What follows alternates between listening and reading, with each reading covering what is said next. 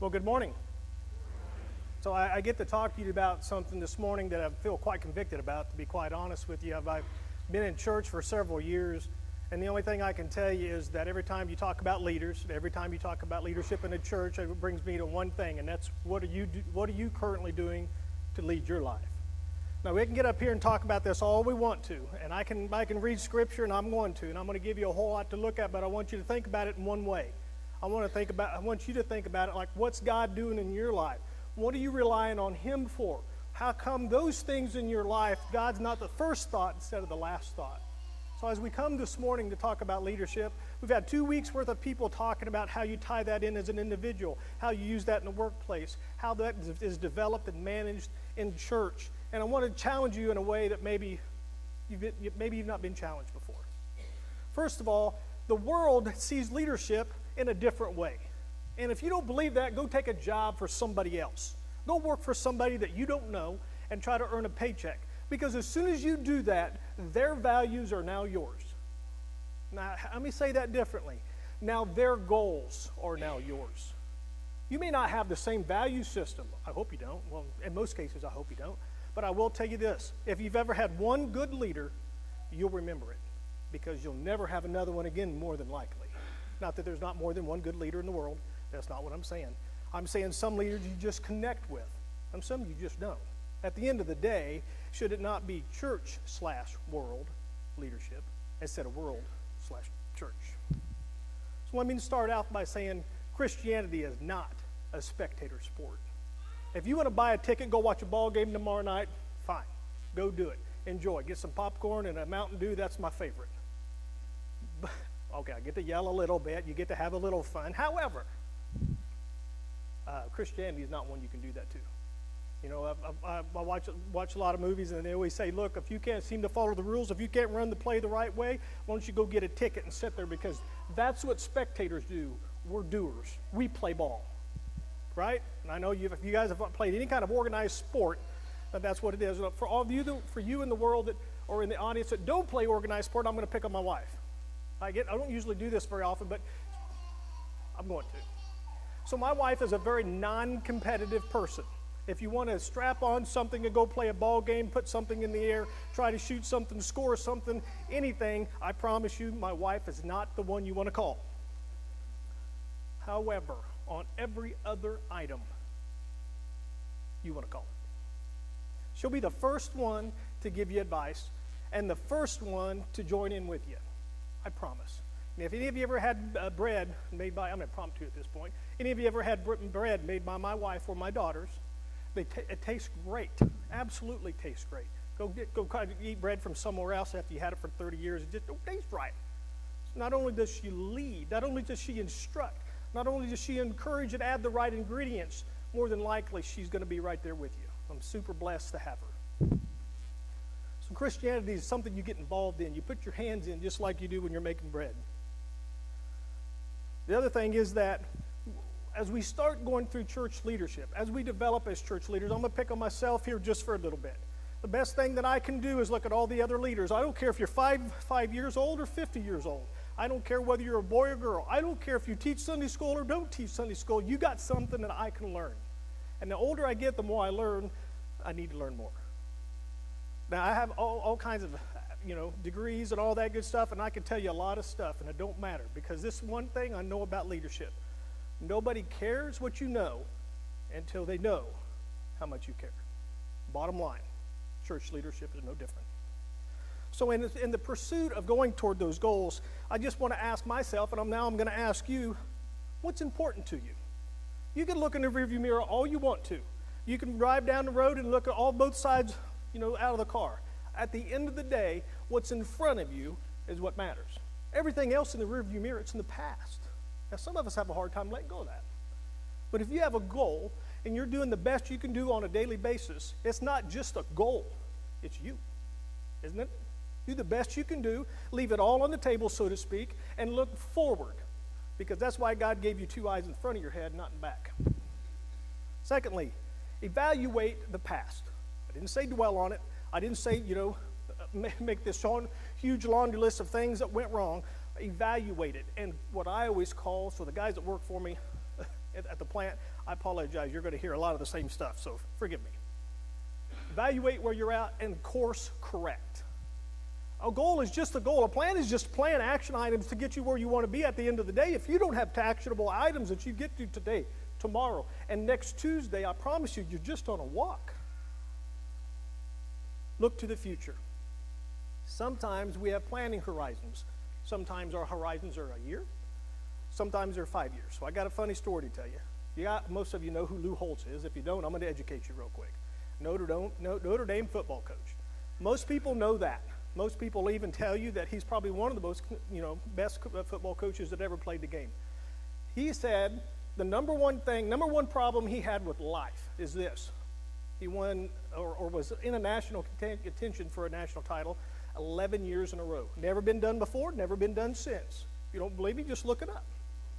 And Lou Holtz is the guy that says that he believes in vision, and he believes in goals, and he believes in action items, and he believes in doing your best. At the end of the day, though, the thing that he didn't do well was maintained. As we go to church leadership, are we maintaining? Are we challenging ourselves to do something different, to act different, to be different? I don't know. That's your question to answer. Because as you elect leaders, you want visionaries. You want people of action. You want people that not only see a way to get there, but they want to see a path, a plan, if you will. You want to know that the plan's not perfect. You just want to know you're on a plan.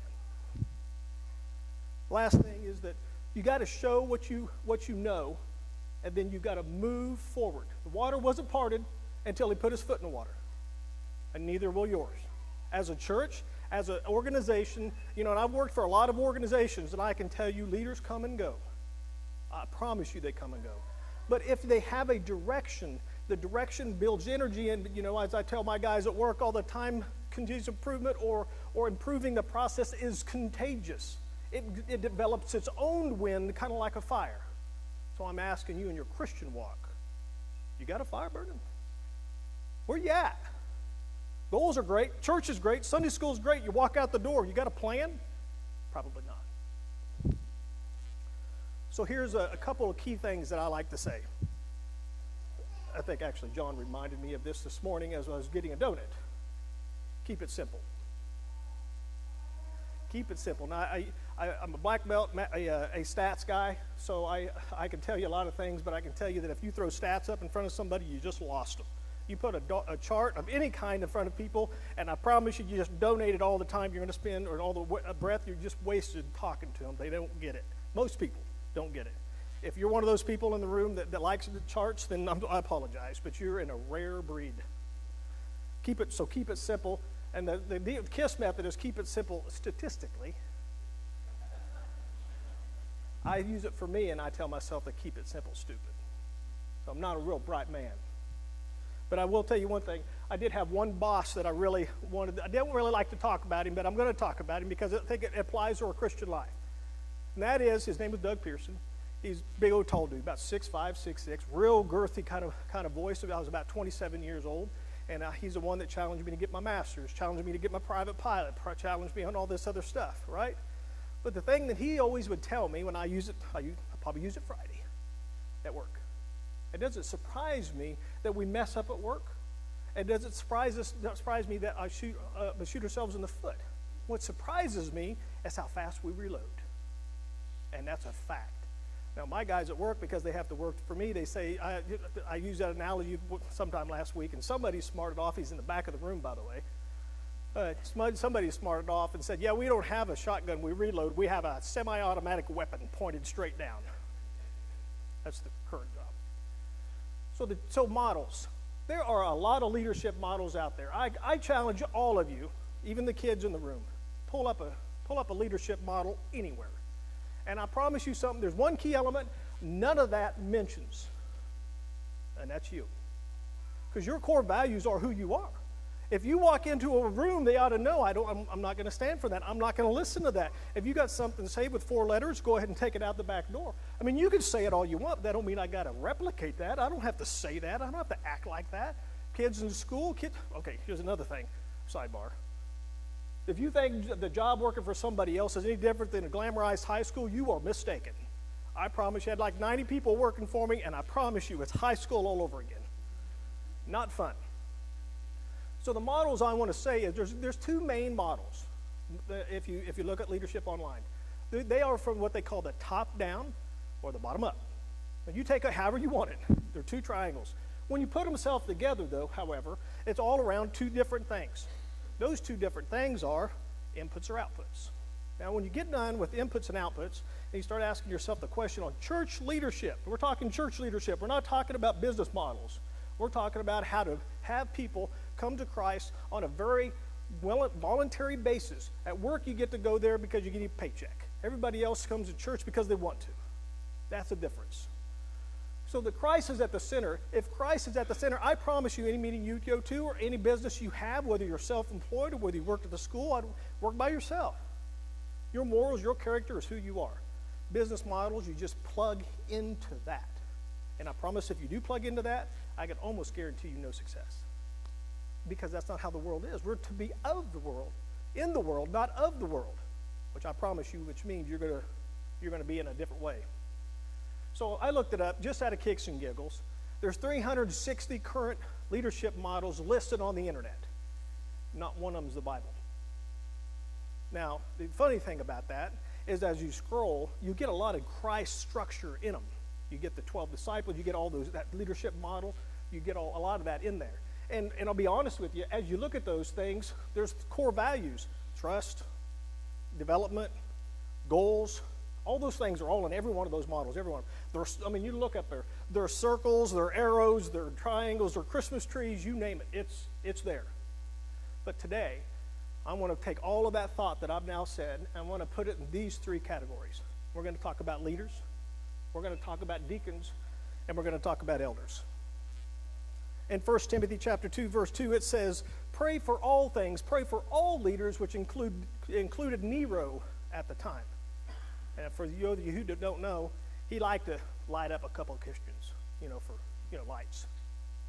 The point is that it's not about praying for the guy or the girl that's in front of you, that's your boss. It's about praying for them that they make the right decision, and hopefully you make the right decision along with them, because it's a relationship, I promise. Okay, so now I get to talk about something I thought was kind of funny. So I told you I did a little research on Lou Holtz, so this is what I want to tell you about Lou Holtz. So I think he's got 3 or 4. Everybody know who Lou Holtz is? Somebody give me an amen.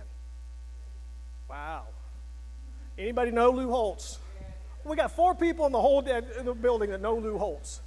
So Lou Holtz, I think he's about 75, 80 years old now, and he started public speaking after his first championship, Notre Dame. So he goes to the first one. I think the first company he went to talk to is GM. I could be wrong. It was a big company. And they said, well, you need to come talk to us because we got something we think that you have something that will apply to our business model. And he goes, outstanding, what do you want me to talk about? And he goes, I want to talk to you about how you develop players and how you use their skills and how you teach positions and all those things. And he goes, okay, I can do that. And they sit down in front of them and looked up their business model, and they make $13 billion a year. What am I going to tell them? Well, if you put that guy on the front line or you get that big guy there, the guy right over there runs real fast, how's that going to help? It ain't. But that started off his public speaking, which lasted a lot longer than his football career. But the funny story I wanted to tell you is he said the favorite thing he loved to do, because during football season, it's super hard to get a hold of him. It was super hard to be involved in his family. So what he'd do, he would schedule a night out with him and his girls. 3 daughters, I believe, and somebody can correct me if I'm wrong, 3 or 4 daughters, and his wife. He said, I put everything else aside. It was back before cell phones, of course. Didn't take my notebook. Nobody else on the whole staff got to go with me. We went out to some fancy restaurant that I thought I couldn't afford. He walked out there and he said, I'd like to go ahead and have a table. We're gonna have to eat. And the guy, waitress, comes up and he says, hey, you kind of look like Lou Holtz. And he goes, well, thank you. I appreciate that. And he goes, I got a table for you right over here. And as he worked his way through the nice restaurant, of course, come to find out, he put him in the back room with no light. So true story. You can look it up. As he took it back there, he said, "Hey, do you know the same thing that the Cheerios have that Notre Dame doesn't? What Cheerio is responsible for and Notre Dame isn't? No. Well, Cheerios belong in a bowl game, and Notre Dame doesn't." And he goes, I've been months planning this dinner with my daughter and my wife. And now I've just sit there and let this ruined my night. So his wife, of course, slaps him around the head and shoulders for a little bit and says, are you kidding me? You've been playing this for months. This is your family. We're all here. We're going to have a good time. And you're letting that guy that you don't even know, you're letting that guy that all he does is sit us for a meal, and you're letting him ruin his whole life. And he said, no, I guess I'll try to do better. So he said he went on for the whole meal, and the guy come up there and he said, put the ticket down and said, thank you, sir. I appreciate you showing up. And Lou goes, well, hey, sir, excuse me, Mr. Waiter, before you leave, you know what the difference is between a golf pro and a football coach? And the kid stood there and thought for a little bit. And he goes, no, I don't think I really know. And he said, pro golfers tip. Have a nice day. Anyway, so he laughed without a tip. Okay, so for John Quincy Adams says, if your actions inspire others to do more, become more, then you are a leader. Isaiah 46:4 says, even in your old age, this would be me, my son would like to remind me of that, and my gray hair. Those ones in that age group are the ones who look to the Lord, and Christ says, I will sustain you. Very good. Sorry. 1 Peter. I'm gonna jump around a little bit in Scripture, but I'm going to be in 1 Peter. You don't have to go there. I'm just going to read a real brief. 1 Peter chapter 5 and verse 2, and it says, "Be shepherds of the flock, that is under your care, serving as overseers, not because you, but because you are willing, as God wants you to be." Not greedy for money, not eager, but eager to serve, not lording over people, those entrusted to you, but being examples to the flock. And then fast forward to chapter 5 and verse 6. Therefore, humble yourselves under the God's mighty hand, that it may be lifted up in due time. Cast all anxieties on him. So as we continue to start to talk about the leadership model, I guess I really wanted to start in Titus. Now, most of you have all these memorized, and I'm going to read it to you. You can follow along. We'll be in, I think it's up there, we'll be in Titus chapter 1, 6 through 8. And this is what I'm going to tell you before I start reading. This is pretty good stuff if you're a church leader. If you're not a church leader or don't aspire to be a church leader, there's still good stuff. So you can take all the symbolism out of it, because what's really happening is a conversation here that begins to develop the church in a way that church hadn't been developed before. And so my question is, usually, can you apply this in your workplace or in your job today? Just because it's got it's hooked back into God's word doesn't mean it doesn't apply to everything that you do today, whether you're at home or whether you're at school or whether you're traveling. It'll make any difference. They're applicable, is what I'm trying to say. Very good, then. An elder, Titus chapter 1, verse 6. An elder must be blameless, the husband but of one wife, a man whose children behave. I could pause right there. I have 3 kids in the room, by the way. Kids that are well behaved, which they are. A husband and one wife. Sorry, I lost my place. A man whose children were well behaved and not open to the charge of being wild or disobedient. Since an overseer is entrusted with God's work, he must be blameless, not overbearing, not quick-tempered, not given to drunkenness, not violent, not pursuing dishonest gain. Rather, he must be responsible to the ones that he loves, what is good, who is self-controlled, upright, holy, and disciplined. He must hold firmly to the trustworthy message that has been taught, so that he may encourage others by sound doctrine and refuse those who oppose it. Now, that whole business model I just showed you, I promise you, everything that I just read is going to put you absolutely 180 out on any business model you're going to get, unless you're self-employed, and those are your core values as a company. I'm going to tell you right now, that half of those, sorry, if you go to the next slide, half of those that are, next one, next slide, please. Next slide. Well, I'm not sure what all that is. Next one, please. Okay, we'll just leave it there. half of these that you have listed here are about not being something. Not being overbearing, not being quick-tempered, not given to wine, not pursuing a dishonest gain. All those are what not to do, right?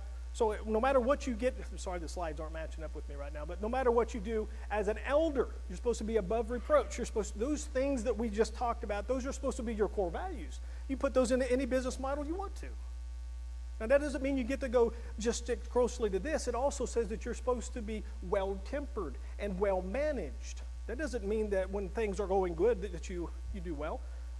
As all my kids well know that a lot of times when my kids get hurt, I get super frustrated. I don't know why. It's been that way ever since Kaylee was been tall. She got hurt and I blame myself. So I get frustrated with myself. The secret to leadership then becomes very simple. We got the guidelines for an elder, and we know what that is. I'll talk about deacons in just a second. But the elders are supposed to be the one to set us apart. They're the one that have the vision. They're the one that set the tactical goals. They're the ones that figures out whether who preaches and when. And they also decide what direction the church is going. And so my question to us as a church, are we living or dying? It's probably one or the other. The conversation around leadership in most circles is that you're either growing or you're not. If you're growing, great. If you're not dying, but you're not growing. And I ain't met an accountant yet that says if you're not making money, you're going backwards. So if you're not making more money than you're putting in, you're going backwards. I would say philosophy is the same whether you're in sports or the business world. If you go forward, that's success. If you go backwards, that's not. So the vision of the church ought to be clear. We have the guidelines that we have for elders. The question is do you have a vision? Do we have a vision in this plant that says in 2 years we want to be at this amount of bodies? Probably not. Well, I can tell you, we don't. Do we have a program that says in 6 months we want 90 kids and youth? We want 400, we want to be able to go out and touch 400 individual lives on a quarterly basis. No. I'm not aware of any of that.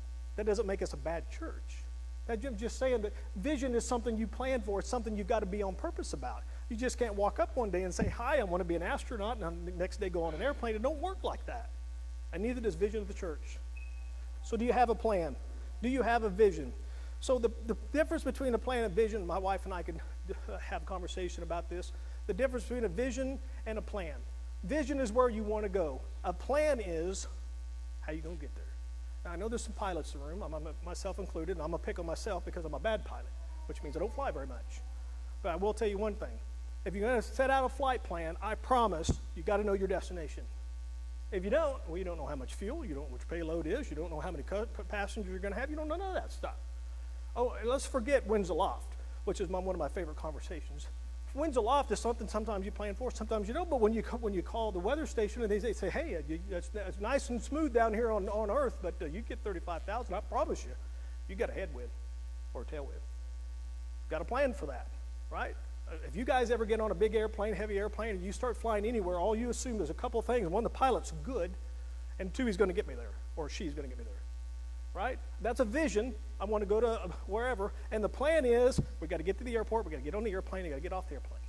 That's the difference between just wanting to be good and being good. So you got to have a vision, you got to have a plan, and you got to have a way to get there. So, question for you. Anybody have parents that were alive in 1940s? I hate to ask you to do that. Thank you. Very good.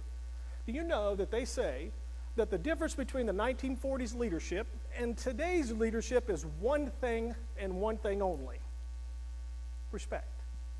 I mean, you look up all the text you want to, and I would challenge you to go do that. The kids of today, which that's me, because my parents were alive, but they were just babies, right? They say that back then, people looked at leadership like that's something I need to do. That's who I'm supposed to be. I have expectations. My mom and dad have expectations for me. I can't fail that. Today it's not that way. Today it's what can I get? What can I do for me? And I'm not, of course, I'm excluding all the kids in the church today. They're not. I'm sure none of them are like that. But I will tell you one thing: that it's different style of leadership then than it is now. And I promise you, in 10 years it'll be another different kind. But these stay. These qualifications for deacons and elders, they get to stay. Okay, so now I'm going to go to the deacons if I can If I can get to that one. So in deacons, we're going to be in 1 Timothy chapter 3, verses 8 through 10. Deacons likewise are to be men worthy of respect, sincere, not indulging in much wine, not pursuing dishonest gain. They must hold for themselves deep truths of faith with a clear conscience. They must first be tested, and then, if nothing is against them, let them serve. Dropping down a couple more verses in verse 12. Deacons must also be a husband of one wife, a married man with his children and his household behaving well. Those must be also served with, will have served well, gained an excellent standing with great assurance in their faith in Jesus Christ. Now, the funny thing about that is, deacons are really meant to be helpers. I kind of think this is kind of funny or ironic, but I've raised myself. I'm not going to say I didn't go to church much when I was a kid. I'll be honest with you. I decided to go when I was a junior in high school. I went from being of the world my junior year in high school, and my senior year I decided I was going to not be that way. And my senior year was horrible. I love sports, so I was in every sports, but I promise you, I fought every guy on my football team that wasn't a Christian. Physically fought them my senior year. Anybody want to do that? Some of the best guys that I knew, some of my best friends that I knew, would do stuff to my locker. I got in a fight outside the principal's office. Curtis remembers. Oh, you may not remember this. You may have been graduated. My senior year, you would have been graduated. My senior year. Well, it's one thing to be of the world. It's another thing to switch so dramatically. And they just put stuff in my locker, and as soon as I opened my locker, things fell out. Let's just say they weren't favorable. And as soon as that happened, I did all I knew to do. Up until then, all I knew to do was get rough and kind of be rowdy and kind of fight a little bit, and found the guy in the hallway that I thought that did it and said hello. I didn't know what else to do. So deacons were a way that, I bring that up because right after I did that, as I was sitting in the principal's office, my wide receiver coach walks up to me. Now, I'm a running back, or was, contrary to what my son says. That's kind of hard to get a hold of. So I avoided guys like Jared. Just if he was on that side, I just went to the other side. He probably couldn't catch me anyway, so I just went around him. It was easy. It was kind of like playing tag, and you never could catch me. So there you go. But my football coach walks up, and he's a Christian man, and he walks up to me and he said, "Sean, you got a problem here. You've been going this way your whole life, and now you're going to go this way. These requirements that we talk about in the Bible were there forever. I didn't know them. I didn't know what I was supposed to do. I didn't know that a leadership model would ask me to change my whole life. But I do know one thing. I trusted him. I knew him. I wanted to please him. So he started me on the journey. And that journey is a lot of these things that he brought to me that day. He must manage himself well. I don't even know what that means. I'm not sure I know what that means. But I don't know what that meant when I'm 17 years old. Now I got another funny story for you. So when I started, he told me I had to pray. Okay, you got to be, in order to be a deacon or an elder. Let's start with a deacon. You're not even close to being an elder. Let's just start with deacon. You got to have these characteristics. And these characteristics are, you got to pray. So my first prayer, I swear, God, I want to be surrounded by beautiful women. The rest of my life. I got Pamela Anderson, and I just listed off a whole big old list of them, right? Yeah. Well, I didn't realize that God did that, granted me that blessing with my wife and my daughters. It was 20 years later than what I wanted, but you get the point. So from that point forward, I set on a path. Some good, some fun, some not so good. So here's what I want to say.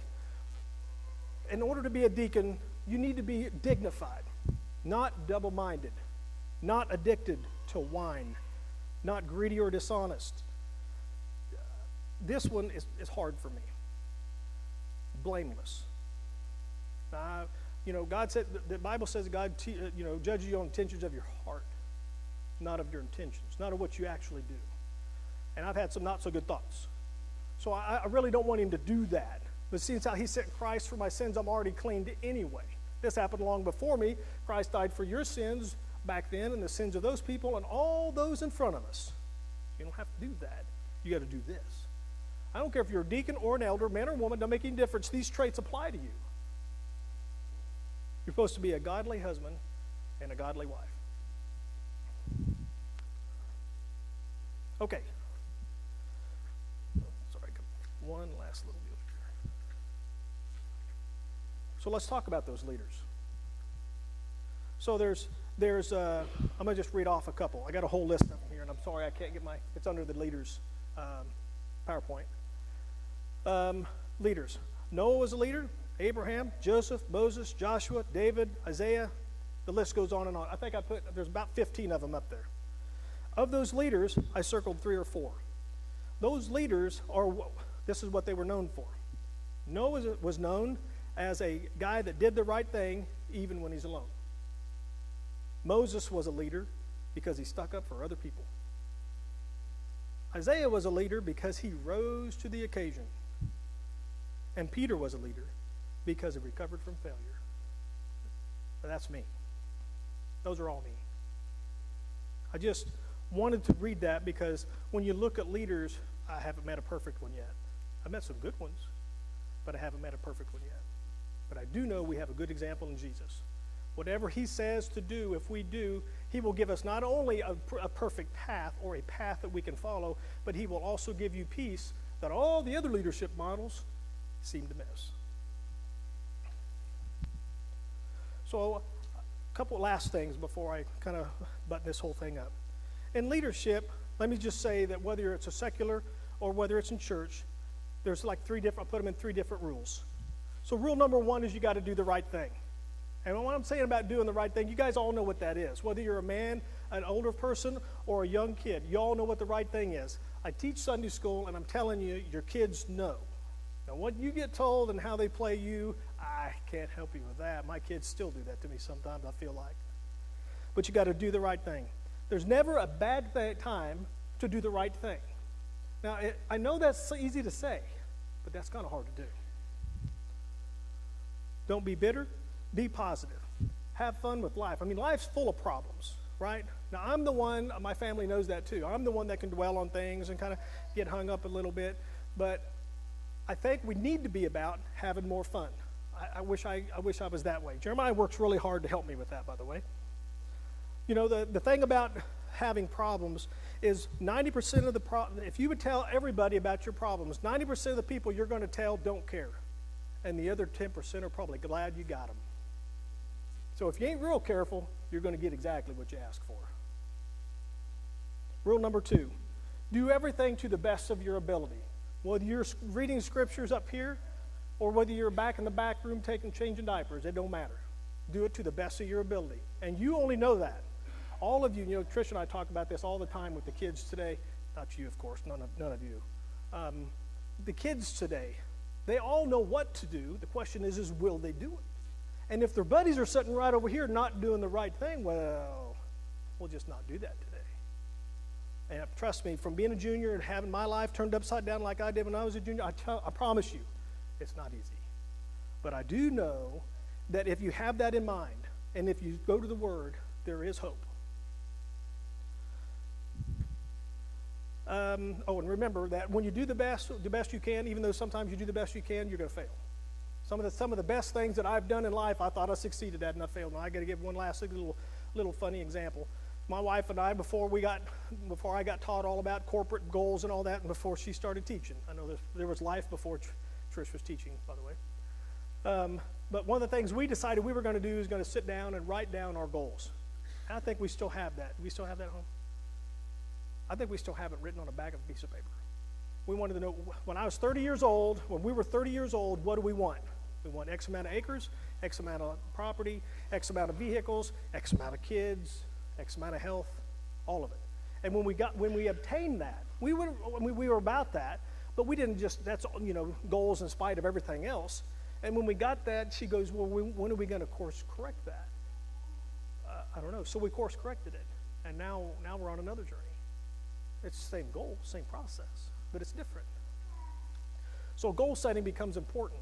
Are you going to read one Bible verse? I think Mr. Bosser talked about it. Are you going to read one Bible verse a day? Or are you going to read 50? Are you going to read one book for the month? Or are you going to read the whole Bible? Are you going to read the Old Testament this year and the New Testament next? Well, which is it? So continuing on rule number 2, I put down, remember my grandparents. Now, for most of you that know your grandparents, I'm sure glad you did, because I didn't. And I will say that sometimes that I took on Trish's folks as kind of my parents, my grandparents, whatever. Now, I got to tell you a funny story. No, it's not about leadership and all that stuff, but I will challenge any guy in here, I think John knows where I'm going with this, challenge any guy in here to field dress a 700-pound heifer with a 6-inch paring knife on Thanksgiving Day. So I pulled into Thane's, Betty and Thane's, and Thane comes pulling up, which got no Thane, or beat up pickup, and two different sizes of gloves, one maybe 2 left gloves instead of a right and a left, some hat that come down over his ear, and he just pulled up and rolled the window down with a dog sitting over there, and the whole truck smells like dog. And he goes, I got a little job for you today, and drove off. I'm like, you got a tractor? You want me to move what do you want me to do with that? And we'll go in the house, and I told Trish, I said, well, he's your dad, what am I supposed to do? And she goes, well, I don't know, let's go in the house. I walked in the house, and Betty goes, hi, Sean. Hands me a 6-inch paring knife. True story. I'm in nice clothes. I came here for Thanksgiving, not to carve up an animal. But I'll never forget that. Never. Because it taught me more than he'll ever know and I'll ever admit. We'll go into that old barn, old piece of junk barn, all falling down around him. I looked at that thing, and I'm like, I'm going to do better for you, hon. I'm going to do more than that. And I've been trying to get back to that my whole life. Whatever he had, I can't get. It was him. Whatever your mom had. Sorry. But the older people have something in them that maybe we don't. What is that? They've been through the hard times, grew up through the Great Depression. I'll promise you, when you went to Betty and Thane's house, there were several drawers, but one of them was full of folded up aluminum foil that she saved. Am I right? Yeah, aluminum foil. They had enough money to buy the factory probably, but here she is over folding it out, washing it out. It's on the drainer, and then back into the drawer. And you know what? Until they got elderly, I don't know if they ever missed a church service. And they were self-employed. He was a farmer rancher. He went out by himself. He could have done anything he wanted to, but he chose to serve the Lord. And he chose to live in that house. You'd have to see a picture of it in order to have any kind of appreciation for it. So don't look back on your family's history. Look back where your dad's was come from. Understand what they went through. You don't have to go through it with them, but it's sure nice to remember, because one day that may be you. So no, don't forget your past. Don't blame other people for your problems. So whether you take a spouse, whether you take a different job, whether you started working for a different business or even have your own, this is what I'm going to tell you.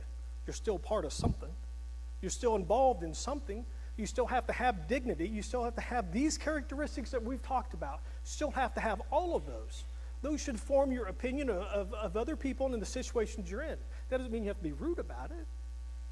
But I hope that the elders and the deacons that we select from this church are on the right path, have the right plan, have the right directions, challenge people when they need to be challenged, soft-hearted, not addicted much wine, all those things, I hope. Rule number 3. Show everybody that you care. I'm horrible at this. One, because I get emotional, as you just saw. I can't do it. I don't know why. There's just something in me. I couldn't tell you. But I do know that people need to know that you care.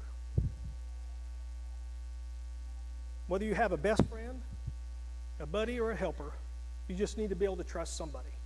I've told you guys this before. I have 2 trusted people I've had my whole life. One of them, he looks just like me, sounds just like me. And if he gets up here, you probably have a hard time telling us apart. But I promise you, we're different people.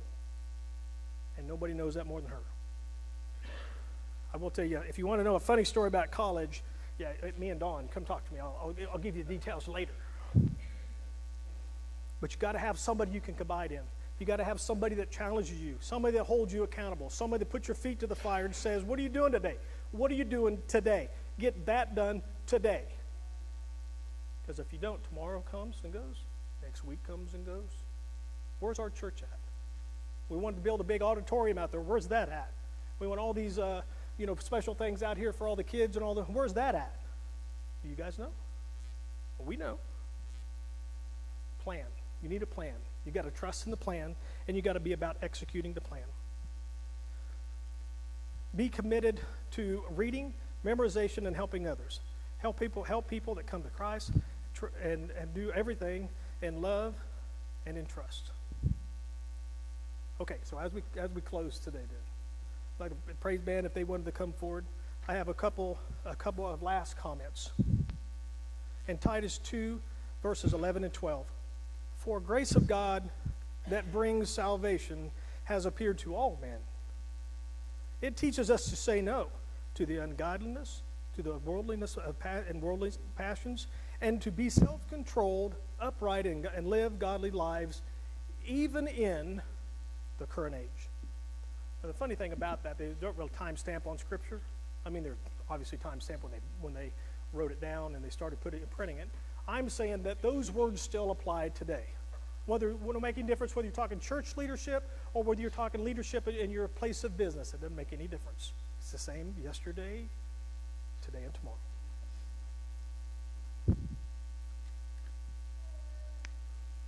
For grace of God has been revealed by bringing all people to salvation.